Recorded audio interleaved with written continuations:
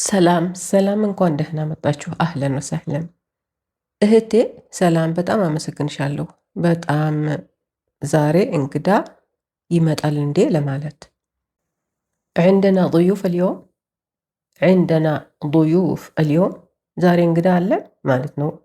عندنا አለን ضيوف እንግዶች اليوم ዛሬ። ይሄ ጥያቄ ነው። የጥያቄውን ምልክት ስናነሳለት እንደ ንግግር ነው የሚሆነው። ምንም ነገር ሳይቀየርበት እንደዛው እንዳለ የጥያቄውን ምልክት እናነሳለን። ያነጋገራችንን ዘዬ ደግሞ እንቀይረዋለን፣ ድምፃችንን ማለት ነው። አሁን እኔ ልጠይቅ ከፈለኩኝ عندنا ضيوف اليوم እላለሁ አይደለ? ዝም ብዬ ለመናገር ደግሞ ከፈለኩኝ ዛሬ እንግዳ አለን ለማለት عندنا ضيوف اليوم። ይሄ ንግግር ነው። እየነገርኩ ነው ያለሁት። ዛሬ እንግዳ እንዳለ እየተናገርኩ ነው ያለሁት ማለት ነው። ፊ ضيوف اليوم ማለት ምን እንችላለን? ፊ ضيوف اليوم ዛሬ እንግዶች አሉ ማለት ነው። ፊ አለ፣ ضيوف እንግዶች፣ اليوم ዛሬ። ወይንም ቢጁን ضيوف اليوم ቢጁን ضيوف اليوم ዛሬ እንግዶች ይመጣሉ ማለት ነው። ቢጁን ይመጣሉ፣ ضيوف እንግዶች፣ اليوم ዛሬ። ይህንንም ቅድም እንዳልኳቸው የጥያቄውን ምልክት ስናነሳና ድምፃችንን ስንቀይር ጥያቄ በመሆን ፈንታ ንግግር ይሆናል። ቢጁን ضيوف اليوم ቢጁን ضيوف اليوم ዛሬ እንግዶች ይመጣሉ። እንግዶች እንደሚመጡ እያስታወቅን ወይም እየነገርን ነው ማለት ነው። ያዕኒ ማለት ምን ማለት ነው? ያዕኒ ማለት ማለት ነው። ያ ማለት ማለትም ይሆናል። ለምሳሌ ايش يعني هذا ايش يعني هذا ይሄ ምን ማለት ነው? ايش ምን يعني ማለት هذا ይሄ። ተጨማሪ ምሳሌ يعني انا ما فهمت يعني انا ما فهمت ማለት እኔ አልገባኝም ማለት ነው። ይሄ ደግሞ يعني ማለት እኔ ما فهمت አልገባኝም። ገባኝ ለማለት ፈሃምት እንላለን። ፈሃምት። እህቴ በጣም እናመሰግናለን። ከአንቺ ብዙ ተምሬያለሁ። ፈጣሪ ባርክሽ። ለእኔ ወስጄዋለሁ። አሁን ነው የወሰድኩት እና እኔ አይደለሁም እንደዚህ ያደረግኩት፣ ሰው መጥቶ ነበር በሚለው ስሪልኝ። ወዴቶ ወዴቶ ወሰድኩት ማለት ነው። ወዳህ ወሰደው። ወደቶ ወሰደችው። ወዱህ ወሰዱት። ወዴቶ አልሒን አሁን ወሰድኩት። ወዴቶ ወሰድኩት ማለት ነው። አልሒን ማለት ደግሞ አሁን ማለት ነው። ወይንም ተዊ ወዴቶ ማለት እንችላለን። ተዊ ወዴቶ አሁን ወሰድኩት ማለት ነው። ይሄም ተዊ አሁን እንደ ማለት ነው። ቀጥታ ትርጉሙ አይደለም።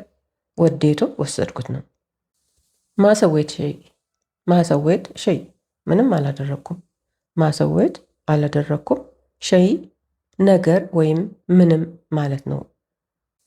ሙ አና እኔ አይደለሁም። ሙ አይደለም፣ አና እኔ።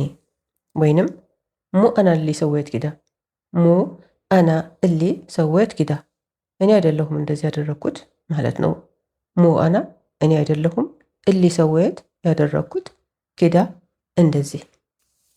ሐድ ጃ አልዮም ሐድ ጃ አልዮም ዛሬ ሰው መጣ ማለት ነው። ሐድ ሰው፣ ጃ መጣ፣ አልዮም ዛሬ። አይዋ ዋሕድ ጃ አልዮም አይዋ ዋሕድ ጃ አልዮም አዎ አንድ ሰው መጥቶ ነበር ማለት ነው። አይዋ አዎ፣ ዋሕድ አንድ ወይም አንድ ሰው፣ ጃ መጣ፣ አልዮም ዛሬ።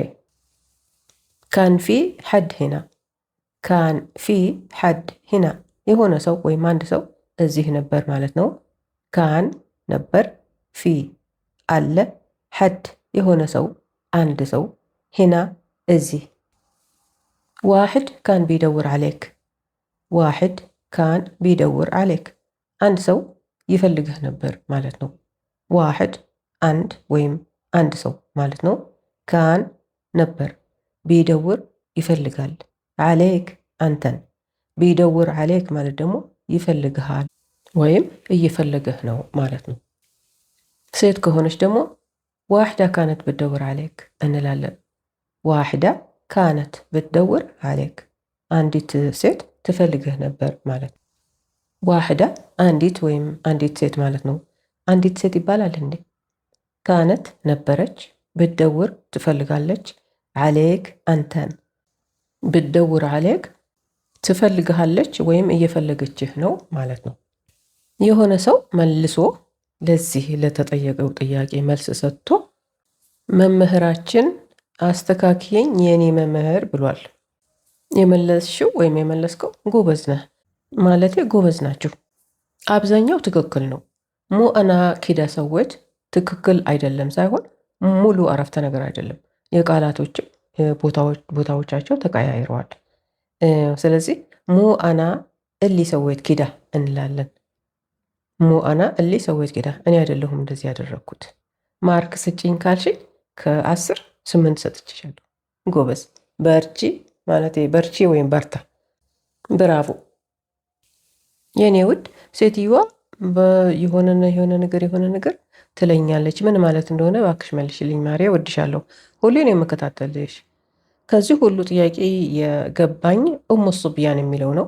እሱን እመልሳለሁኝ። ሌላውን እንደገና ጻፊልኝ ማለት አስተካክለሽ፣ በደንብ ስሚና አስተካክለሽ ጻፊልኝ እና መልስልሻለሁ። ኡሙ ሱብያን ቀጥታ ትርጉሙ ሱብያን ቀጥታ ትርጉሙ የወንዶች ልጆች እናት ማለት ነው።